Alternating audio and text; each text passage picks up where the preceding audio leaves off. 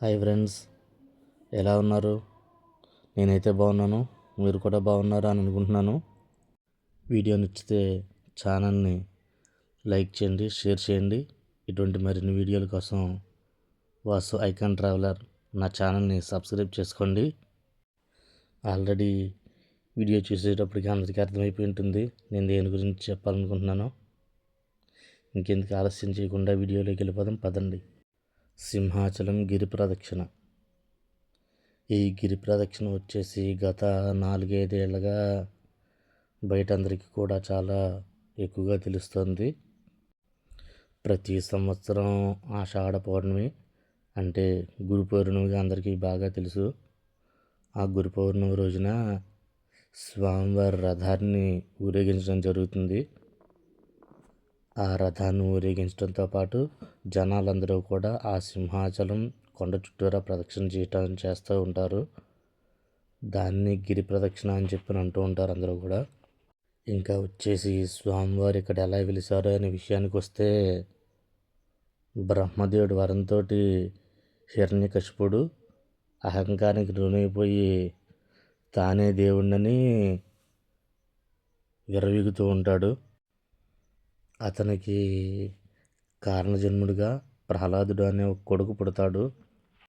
ఆ ప్రహ్లాదుడు వచ్చేసి మహావిష్ణు భక్తుడు. హిరణ్యకశిపుడికి విష్ణుమూర్తిని తలుచుకోవటం ఇష్టం ఉండేది కాదు. అందువల్ల అతని కొడుకుని అతను కారాగారంలో పెట్టేయడం, నీళ్ళల్లో వదిలేయటం, అగ్నిలో వేయటం ఇలా చాలా రకాలుగా హింసించేవాడు. విష్ణుమూర్తి అనుగ్రహం వల్ల అతనికి ఏమీ జరగదు. చివరికి వచ్చేసి హిరణ్యకశిపుడు నీటిలో ఉన్నాడా, నిప్పులో ఉన్నాడా, లేకపోతే గోడలో ఉన్నాడా, స్తంభంలో ఉన్నాడా అని అడిగితే ఆ స్తంభంలో కూడా నా నారాయణుడు ఉన్నాడు అని చెప్పి నా పిల్లాడు చెప్పడం జరుగుతుంది. అప్పుడు ఆ స్తంభాన్ని కొట్టంగానే విష్ణుమూర్తి సింహం తల మనిషి రూపంతో నరసింహ అవతారంగా వెలిసి హిరణ్యకశిపుడిని వధించడం జరుగుతుంది. అప్పుడు ప్రహ్లాదుడి కోరిక మేరకు నరసింహస్వామిగా శాంత రూపంతో భక్తుల్ని అనుగ్రహించడానికి ఈ కొండపై వెలిచారని అక్కడున్న స్థల పురాణం ద్వారా తెలుస్తుంది. ఇక్కడ వచ్చేసి స్వామివారు శ్రీ వరాలక్ష్మీ నరసింహస్వామి, సింహాద్రి అప్పన్న మొదలైన పేర్లతోటి భక్తులతో పూజలు అందుకుంటూ ఉన్నారు. ఇక గిరి ప్రదక్షిణ విషయానికి వచ్చేసేటప్పటికి సింహగిరి స్వామివారి శరీరంగా భావిస్తారు. అందువల్ల ఆ గిరి చుట్టూరా ప్రదక్షిణ చేస్తే స్వామివారి ప్రదక్షిణ చేసినట్టుగా భక్తులు నమ్ముతూ ఉంటారు.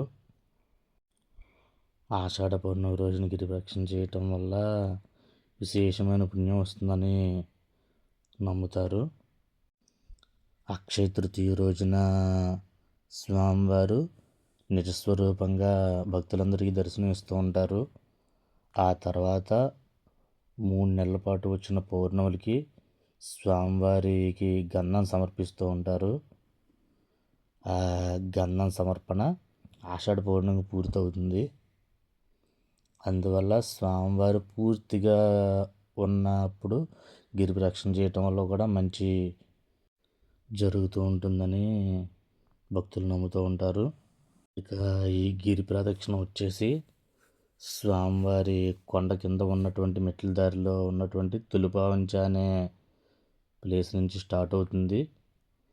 అక్కడి నుంచి ఆలయం వాళ్ళైతే 32 కిలోమీటర్లు, 35 కిలోమీటర్లు అని చెప్తూ ఉంటారు. నాకైతే ఇంచుమించు 37 కిలోమీటర్ల పైన వచ్చింది. నేను ఇంకా అటు కైలాసగిరి వైపు వెళ్ళలేదు. అటు వెళ్తే ఇంకో 5 కిలోమీటర్లు పెరుగుతుంది. నా లెక్క ప్రకారం వచ్చేసి 37 కిలోమీటర్లు అనుకుంటున్నాను.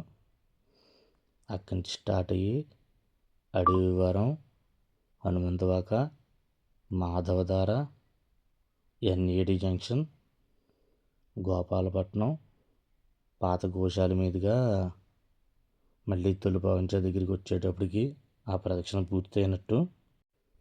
నడక అలవాటు ఉన్న వాళ్ళు అయితే ఇంచుమించు ఈ 37 కిలోమీటర్లు కానీ 42 కిలోమీటర్లు కానీ ఇంచుమించు ఒక 7-8 గంటలు పూర్తి చేసేయచ్చు.